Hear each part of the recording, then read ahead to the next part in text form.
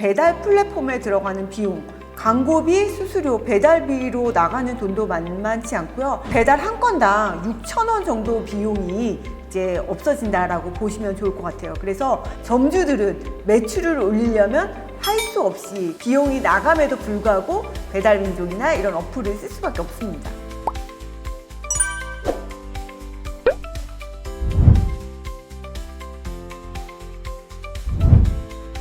안녕하세요. 프랜차이즈 알려주는 푸차 언니 염혜단입니다.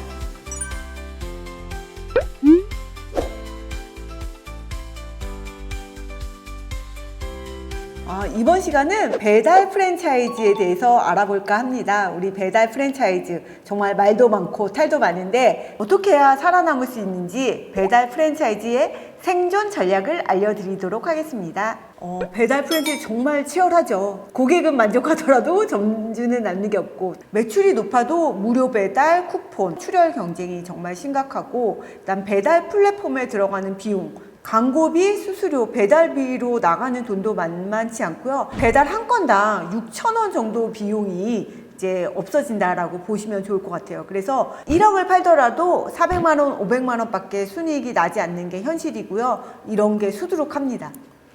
소비자가 대부분 배달의 민족이나 배달 어플로 주문을 하기 때문에 그래요. 우리가 배달의 민족이나 배달 어플에 입점이 되어 있지 않으면 우리 브랜드를 알릴 노출의 기회조차가 없기 때문에 안 쓸래야 안 쓸 수가 없고요. 저희 요즘 공공배달 같은 거 많이 생기잖아요. 소비자들이 그거를 사용하지 않기 때문에 점주들은 매출을 올리려면 할 수 없이 비용이 나감에도 불구하고 배달민족이나 이런 어플을 쓸 수밖에 없습니다. 배달이 이렇게 경쟁이 심화된 이유는 코로나 시기에 홀 배달이 중단되면서 배달로 많은 업체들이 진입이 되었고요. 그 다음에 또 한 가지 샵앤샵 브랜드들이 많이 생겼습니다. 그래서 하나의 브랜드에 4-5가지 브랜드를 취급을 하기 때문에 경쟁이 점점 더 심해졌고, 그렇기 때문에 결과적으로 시장은 포화가 되어 있는데 코로나 시기와 함께 수요는 줄었고 또 경쟁은 치열해졌기 때문에 배달 시장은 점점 더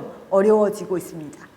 배달 시장이 어려운데 원가율이 낮은 것들, 이런 거는 상관이 없을 것 같고, 그 다음에 객단가가 높은 것들, 어차피 한 번 배달을 가잖아요. 그런데 10,000원짜리 파는 거랑 30,000원짜리 파는 거랑 배달 수수료라든지 뭐 그런 비용이 수수료가 동일하기 때문에 객단가가 높은 브랜드들은 살아남을 수가 있습니다. 일단은 똑같은 메뉴라고 해도 세트 메뉴를 잘 구성을 해서 한 번 갈 때 사이드랑 이 메뉴와 함께 먹을 수 있는 조합을 잘 구성해야 되기 때문에 배달도 전략적으로 메뉴 구성이라든지 세트 메뉴, 객단가를 올리는 전략이 필요하고요. 이런 전략이 있는 브랜드들은 살아남을 수가 있고, 단순하게 내가 한 메뉴를 배달이랑 홀이랑 똑같이 팔아야 되겠다, 이런 전략 없는 프랜차이즈들 배달 창업을 하신다고 하면 결코 성공할 수 없고 매출은 높은데 남는 게 없는 구조를 이어갈 수밖에 없습니다. 차별화된 메뉴와 시그니처 메뉴, 그래서 메뉴가 차별화되어 있고 시그니처 메뉴가 있는 곳은 살아남을 수가 있고요. 그 다음에 주방, 동선, 설계, 효율화를 통해서 빠른 배달을 할 수 있는 시스템을 갖추는 거, 그런 브랜드들은 또 살아남을 수 있고, 수익 구조를 되게 잘 짜야 돼요. 그래서 배달 비용으로 나가는 거, 광고비, 또 배달 웹에 들어가는 수수료,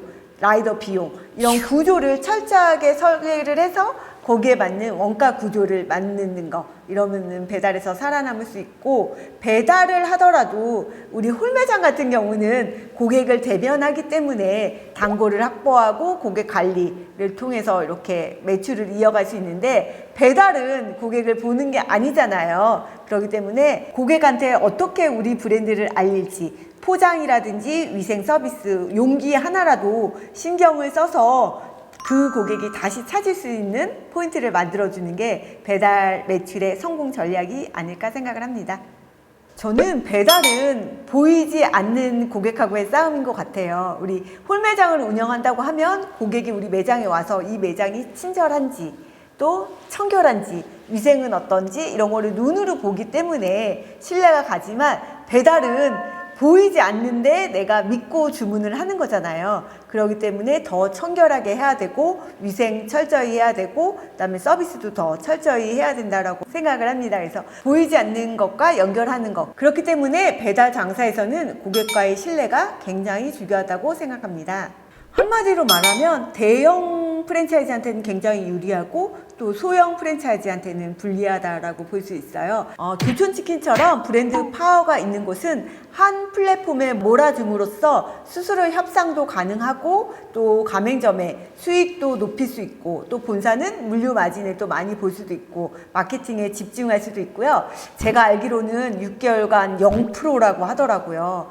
결과적으로 잘 나가는 브랜드들은 더 잘 될 수밖에 없는 구조이고요. 소상공인이라든지 일반 이제 중소업체들은 그런 혜택을 못 받기 때문에 그런 격차가 굉장히 커진다라고 보여집니다. 지금 배달 장사를 하시는 분들 중에 뭔가 잘못됐다라고 생각하시는 분들이 있을 거예요. 그러시면 손익 분석부터 다시 해보시고요. 남들이 뛰어든다고 해서 다 뛰어들 이유는 없을 것 같고요. 배달 장사는 전략을 새로 짜서 정밀하게 설계하는 게 중요할 것 같습니다. 지금 해야 될 거는 데이터로 사업을 분석하시고요. 돈 버는 구조를 만들고 그 구조를 만드셨다면 그 구조에 집중하셔야 될 것 같고요. 장사에 대한 전략과 기술이 궁금하시다고 하면 제가 쓴 책 장사의 기술 꼭 읽어보시면 좋을 것 같습니다. 이 영상이 도움이 되셨다고 하면 좋아요, 구독 설정 부탁드리고요. 프랜차이즈 관련 알찬 정보로 다음 시간에 다시 만나겠습니다.